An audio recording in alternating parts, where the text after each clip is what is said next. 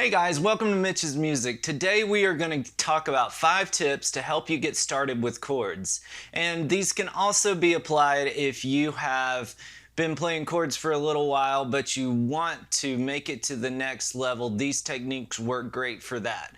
This whole month I'm going to be doing videos on chords and teach you how to do beginner type things, how to do melody with chords, a couple of my favorite songs that have chorded intros and finger picking, and a bunch of different techniques for not only beginners but also for the more advanced chord player. And that's because I've got a course that's coming out very soon called Untangling Chords, and basically it answers every single question that you have as a beginner about chords, all the way through advanced techniques on chords, walks you through it step by step and teaches you how to bust through those barriers that we often find with chords. All right, so let's get started with these top 5s. Number 1 for me is just starting out with the open chords, and most of us do that, but we want to find songs that are either in the key of D, the key of A, or the key of G. And I'm going to do videos about each one of these points and talk about the why of that. But those tend to be some of the easier chords. In the key of D, the open chords would be D, G, and A. And that's it. And for G, the chords would be G, C, and D. Now C's one of the trickier chords, but in a tip later I'm going to show you some ways to get around those tricky chords until you can get a little bit better at them. So find songs in the key of D, the key of G, or the key of A. So A would be songs that have the chords A, D, and E. All right, so that's tip number 1. Get started with some of those songs, and if you would like a list, check the description below and I'll have a list of songs that are in those keys and links to tabs for those or chord charts for those, depending on what type of a song it is. All right, that's tip 1. My second tip is to separate your practicing between making sure you're getting a good sound on the chord and actually changing the chords. Treat those as 2 separate things. And let me tell you what I'm talking about. So if you are starting out practicing, maybe you're doing a song in the key of D. So I said in the key of D, we would have D, G, and A. So before you get started doing the strumming pattern for those songs, just play through, make sure that all of your strings are making a sound with each chord. So if some of your songs might have more chords in it, so just go through each chord, check your fingers to make sure you're not touching a string that you're not supposed to. Do each string one at a time for each one of them.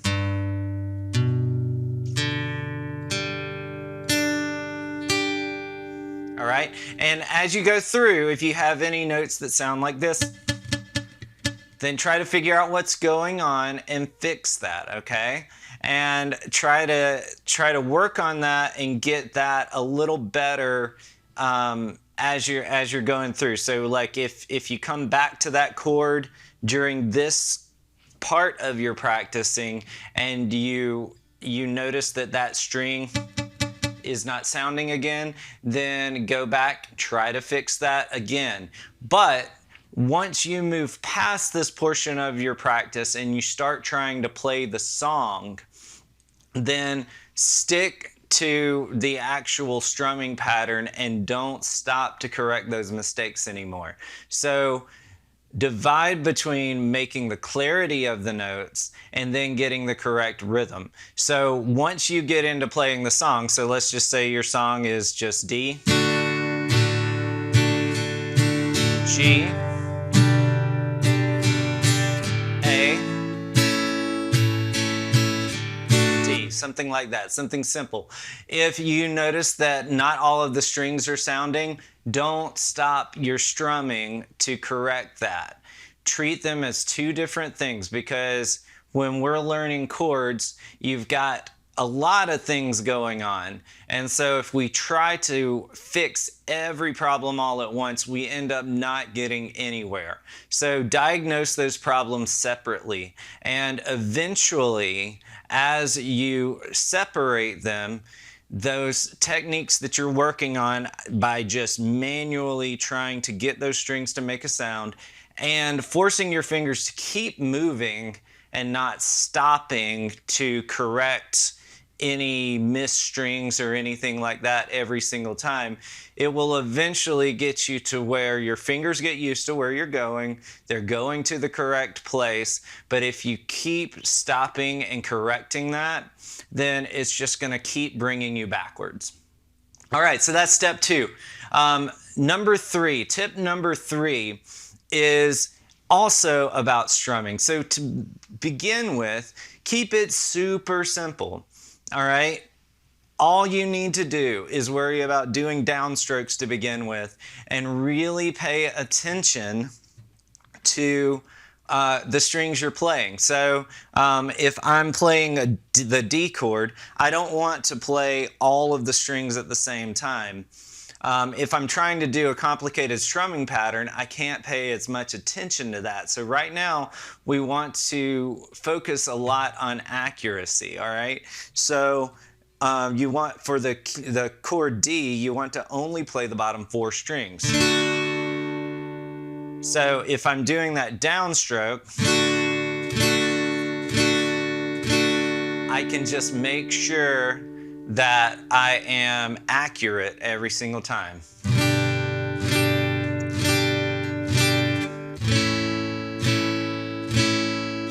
And I don't have those strings in between that I don't want to play. So that's tip three. And with that tip, because when we're playing these songs, like I said in tip two, we don't want to stop. The other thing that we don't want to do is we don't want to break the rhythm of the song for our hands to move, because if we keep doing that, then we'll never get faster. So what I have done that has worked really well with my students is, if we're changing these chords, so let's just say we're doing that D, G, A progression, play D 4 times. Keep that beat going, but give yourself 4 beats to try to make it to G. And no matter what your fingers are doing, by the time you count to 4, be ready to play when you get back to 1. So what that would look like is this. 1, 2, 3, 4. 1, 2, 3, 4.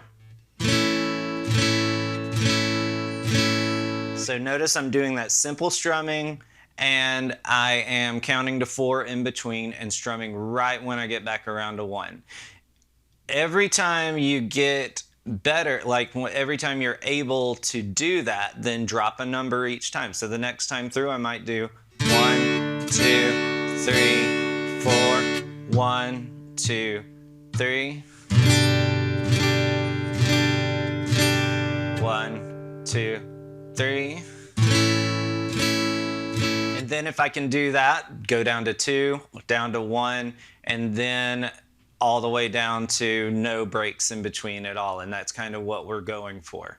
All right, so that's step number 3. And if you have questions about any of these steps, I'm going to go into them. I'm going to create a video about each one of these tips and go into more detail. But if you have a specific question, leave that in the comments below and I'll answer it in the video I make for each one of these tips. All right, so number 4 is simplify. If there is a chord in your song, so we talked about 3 chords for these simple keys, but there might be a minor chord somewhere in there because all of the chords I went through, D, G, A, G, C, D, and A, D, and E, all of those are major chords. A lot of songs are going to have a minor chord in there, here and there. And minor chords, for the most part, except for with the exception of A minor and E minor, are going to use some form of bar chord, and until you build up your finger strength, you might have a hard time with that. So what you can do with any chord, no matter what, so if you had a problem with C, you can do this with C, but simplify it. And I'm going to go into much more detail with this later, but let me show you what I'm talking about. So C looks like this. All right, a lot of these notes that I'm playing are repeated. So this is the note C, this is E, G, C, and E again. So really, to get a C chord, all I have to do is play these bottom 3 strings. Yeah, it doesn't sound as full, but if that is the only chord you're struggling with in a song in G or whatever, then do that for a little while and add another finger on. So do this for a little while. Then maybe once you get comfortable doing that, add another finger. Once you get comfortable with that, maybe try all 3. So that's what simplifying looks like. And let me show you what it looks like with a minor chord. So if you are in the key of D or the key of G, and there will be a complete video on chords within the keys and things like that. If you have any of those questions, I'll answer some of those questions in a future video. But you might come across a B minor chord. So a B minor chord is normally played like this, with this first finger all the way across.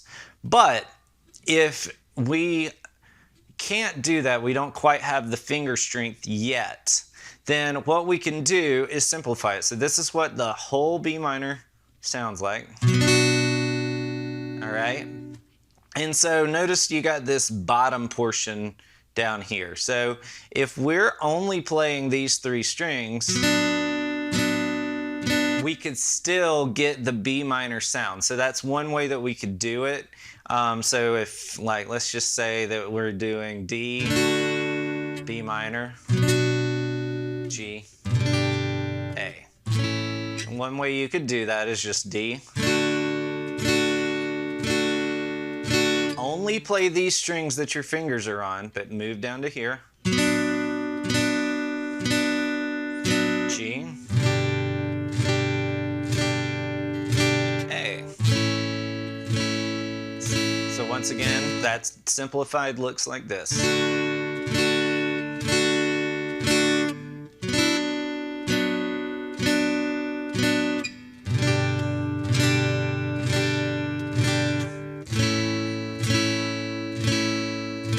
Now, if you get comfortable using your pinky, another thing that you can do is notice that it's, to do the whole thing, is this again. But you could play it also like this and play the bottom 4 strings. So see, notice, if this is the full thing, I'm only playing the bottom 4 notes rather than all 5 strings. So you could do that, and that's another way, a slightly more fuller way to play the chord. So simplify your chords until you get better. Honestly, you could even simplify it to just single notes, just to get used to where your fingers are going to move. And what that would look like is this. So same chord progression, D, B minor, G, A. I'm going to go D. And then until you get used to it, just play that B note.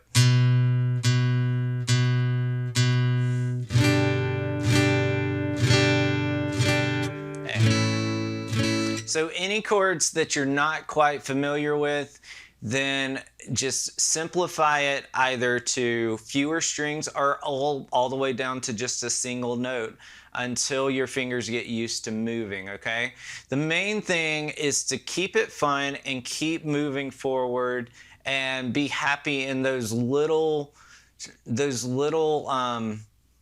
bits of progress that you're making. Just notice the gains that you're making and enjoy the process, because if you're not enjoying the process, then it's going to be really hard to motivate yourself to practice. And the most important thing is to find a way to practice a little bit every day, and if not every day, every other day, or at least once a week. But the more you practice, the more you get into just a steady routine, the more you're going to notice these little details that you're putting into it working out and making you better.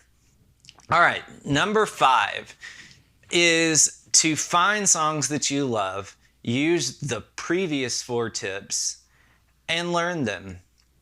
Don't get bogged down with playing the exact strumming pattern. We'll talk more about that when I do a video related to tip 3 and what I think about strumming patterns and how to think about them yourself and some ways to get better at that.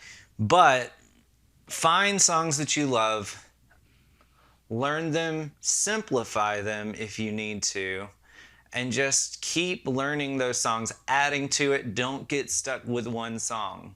So find 5 songs that you would like to learn, rotate through those using the same tips that I used in the previous 4 tips, and learn each song. Rotate, maybe start with one song at the very beginning, spend a day or 2 on it, then move to another song. It does not have to be perfect. All right, and then you'll have this steady rotation of songs. It'll keep you from getting bored, and you will gain so much progress and move so much farther forward by doing it this way rather than just staying on one song. Guys, I hope you enjoyed this video. If you did, click that subscribe button. Look for the future videos that go along with this one with the first 4 tips. And check out the description below to see how you can get signed up for the course, and also my free guitar boot camp, where you can send the songs that you would like to learn, the top 5, just like we talked about in tip 5. And I will work with you and help you learn those songs. Very personalized lessons, and it's free. If you have a song that you'd like to learn, leave that in the comments below, and I'll see you in the next video.